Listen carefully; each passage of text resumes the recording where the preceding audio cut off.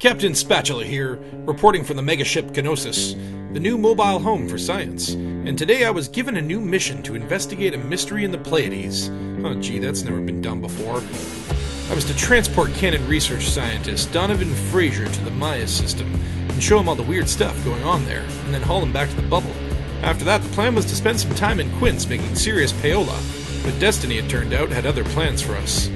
Rocking my Spider-Man cosplay, I was feeling good about this adventure. I thought maybe I could check out the California Nebula, but that was too far away. Besides, I only brought enough music to make it to Maya and back. For in 3303, music is one of the most expensive commodities there is. It was around the 2100s that all conceivable songs were recorded, leaving no room for new music that didn't already sample existing material. The copyright wars ended with the big music companies winning, buying the rights up to all possible forms of sound and allowing them to charge personal licensing fees on the play of every song, if you're using your ship's radio, that is. Thankfully, there are musical freedom-fighting organizations like Lave Radio and Radio Sidewinder in inhabited space, but for those who like to rock out when they head outside the bubble, it can cost a pretty penny in data fees, unless you happen to acquire one of those ancient analog formats, like records, tapes, and MP3s, which made many a hipster rich back at the turn of the millennia. Of course, anything that lucrative is subject to the attention of pirates, so bringing all your Led Zeppelin cassette tapes at once into the Pleiades is a risky idea, which could lead to a real heartbreaker when your shields go down and the levee breaks. But you don't want to hear me ramble on about music. I've got some investigating to do. Thankfully, a nearby community goal was keeping the griefers busy, so I was able to get to Obsidian Orbital unmolested, except by my own action. And for the first time in a long time, things were going my way. Smooth missions, no random interdictions or disconnections from the fabric of space-time. Finally, Lady Luck was on the Spatula's side. As soon as I get back to the bubble, I should buy myself a lottery ticket, or make some high-risk investments with all my life savings. Yeah, I mean, things could not be going better for old Captain Spatula. Just smooth sailing through the annals of space. Nothing could go wrong. Nothing at all. Oh, wait, what's this? No. Okay, not this again. Okay, maybe it's just a normal mechanical FSD failure. Okay, all right. This is perfectly normal. But then again, it could be one of those damn fidget spinners. Oh boy. Hopefully it's not. Oh shit! It is. Okay. Maybe it'll just fly by. I'll just hide. Captain Spatula. It is my name. We are the Aresian race. Huh? A peaceful relative to the thargoids you have Thargoids? spoken of. Oh no. We have seen your videos, and we want to correct some misconceptions you He's an have editor. about our intentions. What was that? Excuse me. Ew. We need you to inform the galaxy of the truth. You must go to the California Nebula and discover the secrets your own people have been hiding from My you. windows are frozen. You must record it, survive, and bring the truth to your people. The fate of the galaxy depends on it. Your fate of the galaxy depends on what... Shut up! Okay, you stop. Come back here. I'm not finished talking to you. Well, that was a warning shot. Here you go. You're getting it. Get back here, you stupid Thargoid. Ugh.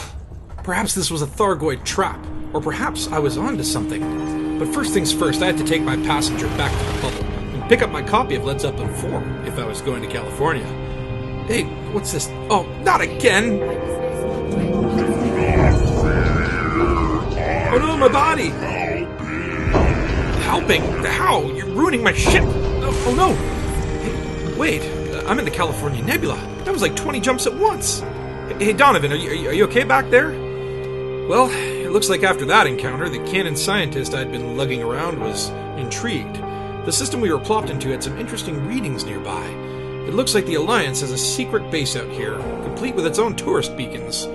Gotta give it to the Alliance to place tourist beacons on top of their secret facilities. Now, thargoids or not, this was shaping up to be a mystery worth checking out. I sent a signal back into the bubble, hoping to get some backup out here, but for now, I was on my own, and I'd have to be careful. You see, I had planned to head out here one day anyway.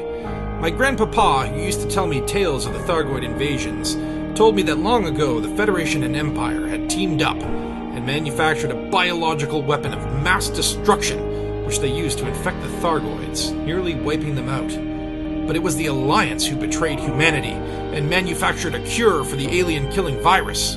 Of course, since then all governments have stood by their story, denying the war and existence of alien life.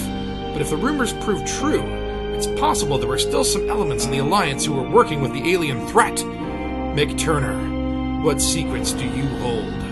Coming in for a landing, I spotted the so-called bark mounds, which appear to be unusual growths not far from the base. Is this what the Alliance was out here guarding over? Was this the place where they manufactured the Thargoid cure? The only way to know for sure was to take a closer look. Now, Mick Turner himself had been a real person and a pivotal character in the formation of the Alliance itself. Back in the days of my grandpapa, when jump ranges were low, undiscovered Earthlikes were high, and your ship's software came on 15 different floppy disks, with only 8 exabytes each, Turner was a pioneering explorer whose life's work vastly improved the jump drive capability at the time. And he also happened to be a Thargoid sympathizer, trying to forge a peace between humanity and its invaders. Much like the more recent death of Kahina Salami, he had spoken too loudly against the powers that be and was blasted into the void. But according to the tale, Mick Turner's flight recorders were recovered by the Alliance, revealing the location of a cure for the mycoid virus, the one that brought the Thargoids to their knees. Now, my grandpapa said that back in the day, he had met a mysterious man flying in a Thargoid ship. As the story went, they met for beers, and my grandpapa used to say that the man had saved the galaxy by delivering the cure to the Thargoids in exchange for that Thargoid ship, and that the cure was fungal in origin. But then again, Grandpappy used to say the Thargoids were protecting us from an even bigger threat, the Claxians. Of course, that's just crazy talk, right? Well, maybe. But then what is this strange patch of fungal growths doing beside a secret Alliance base, named after Mick Turner himself? Could this be the site where the pilot my grandpapa had met stole the mycoid antidote? As I began to investigate the base itself, my earlier call for backup was answered, as Harvey, who had taken up my offer to be part-time butler when solving space mysteries, showed up in his Explorer Conda. Together we were going to try to get the folks at Mick Turner Base to open up about the truth of things, and admit that indeed, they were growing Thargoids. Of course, Turner Research Corporation was watching us the whole time, and clearly wanted to keep their activities here a secret. Soon enough, I had become a target, and found myself stranded. A wanted SRV versus an entire base defense. Harvey flew above, but had no weapons equipped on his Explorer-kitted ship, so the only chance I had for survival was to run. Now, if I could just make it back to the fungus patch, they may not want to shoot their investment out here, so hopefully that'll give me the cover I need to get back to my asp. Holy shit, that's actually a good plan. Hopefully I just don't die before I can execute it. Alright. Headed between the buildings, I raced toward my destination, aware at any time I could round a corner and find myself fried in a deadly laser. Throwing caution to the wind, I cut corners and went full throttle, watching my hull go down bit by bit, till it was down to the wire. There was just simply no more room for errors. Okay, now there's definitely no more room for errors. Oh, despite my driving, I finally made it to the patch. And the turrets weren't shooting, I was right. But there remained the issue of my fragile hull. That's when my space butler piped up with a suggestion. Wait, no, synthesizer, don't you have any materials? What? Do you have any nickel or you can fix SRV? Did anyone die? Oh. Now I knew all about SRV repair, I was just testing Harvey, of course. And with the dire threat of turrets out of the way, before I completed my daring escape, there was science to be done here. Now Harvey joined me in his SRV, and together we set out to probe the field of fungus, taking samples and photographs for the report, which I'm sure my passenger from the Canonn would pay a hefty bonus for. But upon extracting the more scoopable materials, I apparently stirred the hornet's nest at Mick Turner Base, and they sent their goon squad out.